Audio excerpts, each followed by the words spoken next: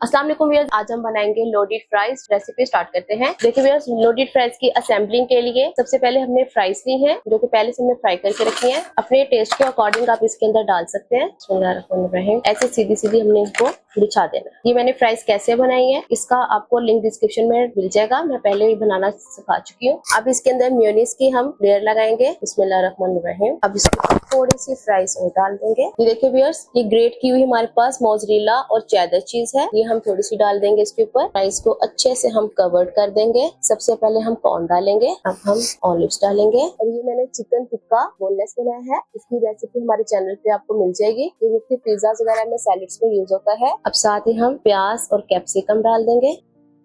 हमने सब चीजें डाल दी। अब इसके ऊपर हम चीज डालेंगे। फुल हमने इसको कवर कर देना है चीज से। अब ये इसमें खुशबू लाने के लिए हम ये थोड़ा सा ऑरिगेनो है ये डालेंगे। और अब हम इसके अंदर थोड़ा सा डालेंगे कुटी हुई लाल मिर्च। अब ये हम ये देख लेते हैं हमने इसको चूल्हे पे बेक कैसे करना है। तो ये देखिए, हमने एक स्टील की कढ़ाई ले ली है और ये हमने इसके अंदर एक स्टैंड रखा है। स्टैंड नहीं तो कोई बात नहीं, आप कोई भी स्टील की कटोरी रख लें और उल्टी करके रख लें। तो फिर आप इसके ऊपर लोडेड फ्राइज रख दें। अब मैंने इसको कवर कर दिया है। मीडियम लो आंच पे हम कढ़ाई को 5 मिनट के लिए प्रीहीट कर लेंगे। फिर 10 मिनट के लिए बिल्कुल लो आंच पे इनको बेक कर लेंगे। तो टोटल ये 15 मिनट हो गए। 15 मिनट के बाद हम अपनी लोडेड फ्राइज चेक कर लें। 15 मिनट हमें हो गए हैं और ये देखिए चीज माशाल्लाह हमारी बहुत अच्छे से मेल्ट हो गई है। तो अब हम इसको फाइनल लुक के साथ सर्व करें। ये देखिए व्यूअर्स, माशाल्लाह चीज हमारी कितनी अच्छी मेल्ट हुई है। इससे लग ही नहीं रहा कि हमने इनको चूल्हे पे बेक किया है। आपको मुझे कमेंट बॉक्स में बताना आपको ये रेसिपी कैसी लगी है। तो इंशाल्लाह मैं नई रेसिपी आपके सामने हाजिर होंगी। अल्लाह।